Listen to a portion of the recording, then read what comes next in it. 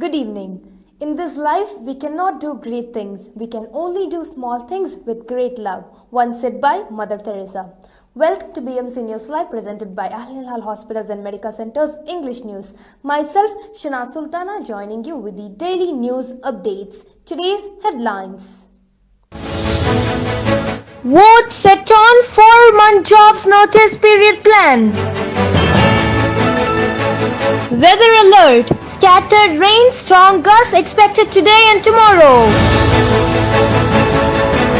His Majesty King Hamad takes pride in historic Bahrain-UAE ties.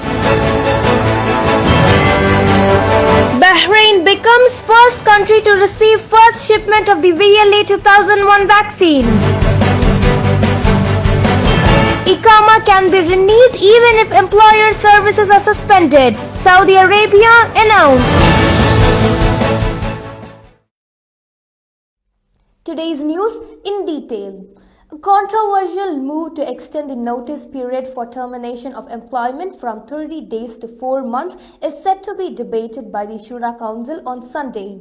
The upper chamber of the National Assembly will vote on an amendment to the 2012 private sector employment law, which was approved by the Shura Council and drafted into a proper law by the government last year.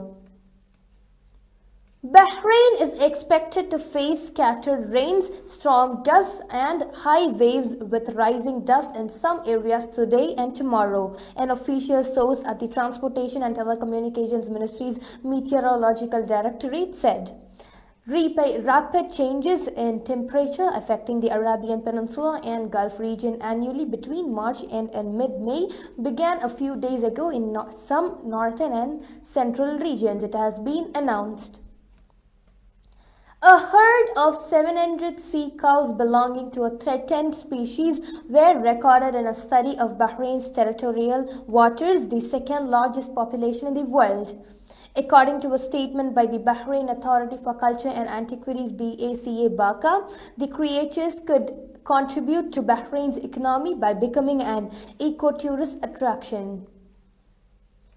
Al Hilal Hospitals and Medical Centers Bahrain's COVID update. COVID updates brought to you by Al Hilal Hospital and Medical Centers.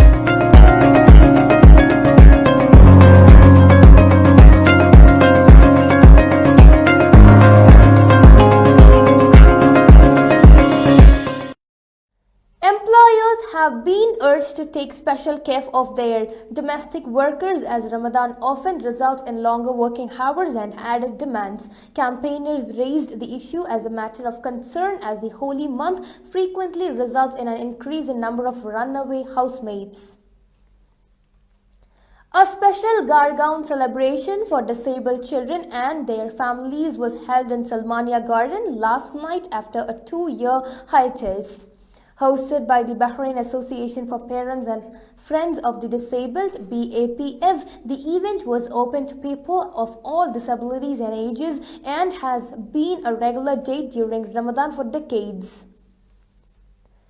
Skilled home cooks from 5 Southeast Asian countries have joined hands in Bahrain to launch a food festival with a difference. The group, comprising housewives and employees of various companies, are serving up a range of international cuisines exclusively on Fridays this Ramadan. Now, we shall go for a short commercial break.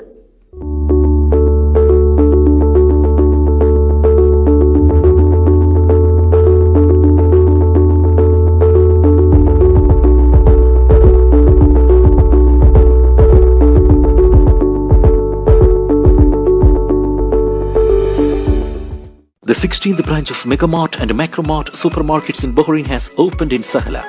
The best offers are available to the customers at affordable rates. Everyone is welcome. During and around the opening day, a variety of fish including salmon, meat and dairy products, roastery, frozen items, food and non-food items, groceries, fruits and vegetables, electronics, garments and ready-to-eat food items are available to the customers at affordable rates. Hearty welcome to all. Megamart and Macromart, your favorite shopping destination. Welcome back. His Majesty King Hamad took pride in strong relations binding Bahrain and the UAE as he met Abu Dhabi Crown Prince and Deputy Supreme Commander of the UAE Armed Forces Sheikh Mohammed bin Zayed Al Nahyan yesterday. His Majesty welcomed the Abu Dhabi Crown Prince in the presence of His Royal Highness Prince Salman bin Hamad Al Khalifa, the Crown Prince and Prime Minister and senior officials. His Majesty King Hamad's representative for humanitarian work and youth affairs, His Highness Sheikh Nasser bin Hamad Al Khalifa, received Parliament Speaker Fauzia Zainal in the presence of Youth and Sports Affairs Minister Ayman Al Moyed. Sheikh Nasser was presented with a book, The Parliament of the Youth, issued by Parliament Secretariat General. Bahrain has received its first shipment of the VLA 2001 COVID-19 vaccine developed by French company Valneva. Health Minister Faisal bin Zayed Al Salah received the shipment of the Valneva VLA 2001 COVID-19 vaccine delivered by the Ambassador of the French Republic to the Kingdom of Bahrain, Jerome Couchard. Works Ministry said that the improvement works on Al Fateh Highway necessitate full closure of the highway for southbound traffic between Tarfa Bint Al Abed Avenue and Sheikh Dauj Avenue. The Zakat Tax and Customs Authority of Saudi Arabia has launched a new application that allows taxpayers from the business sectors and individuals to complete their services on their own. The Zatka app is designed to be more effective in providing fast, reliable, and high-quality services. It provides 33 services such as submitting Zakat and tax returns, registering businesses and establishments, submitting objections, and viewing Zakat and tax certificates. The application also allows taxpayers to inquire about the payments processes instead of visiting the authorities' branches. It has been announced. The Zatka app further supports the authorities' website, which provides many services for individuals and taxpayers from the business sector. The General Directorate of Passports Jawazat has clarified that the residency permit, which is Iqama of a foreign worker, can be renewed even if the computer services of the employer were suspended. This Jawazat's clarification came in response to an inquiry from a Saudi citizen whose computer services have been suspended, who wanted to know whether it was possible for him to renew the Iqama of his private driver. Halting computer services of the employer does not hinder the completion of the services for his employees through his offshore platform. Emirates has unveiled its plans to build signature brand services experiences in the metaverse alongside both collectible and utility-based NFTs for its customers and employees. The first projects are already underway, with launch anticipated in the coming months. Emirates also announced that its Emirates Pavilion at the Expo 2020 site will be repurposed into a center for innovation, bringing talent from all over the globe to bring to life the airline's future-focused projects, including those resulting or relating to the metaverse, NFTs, and Web3.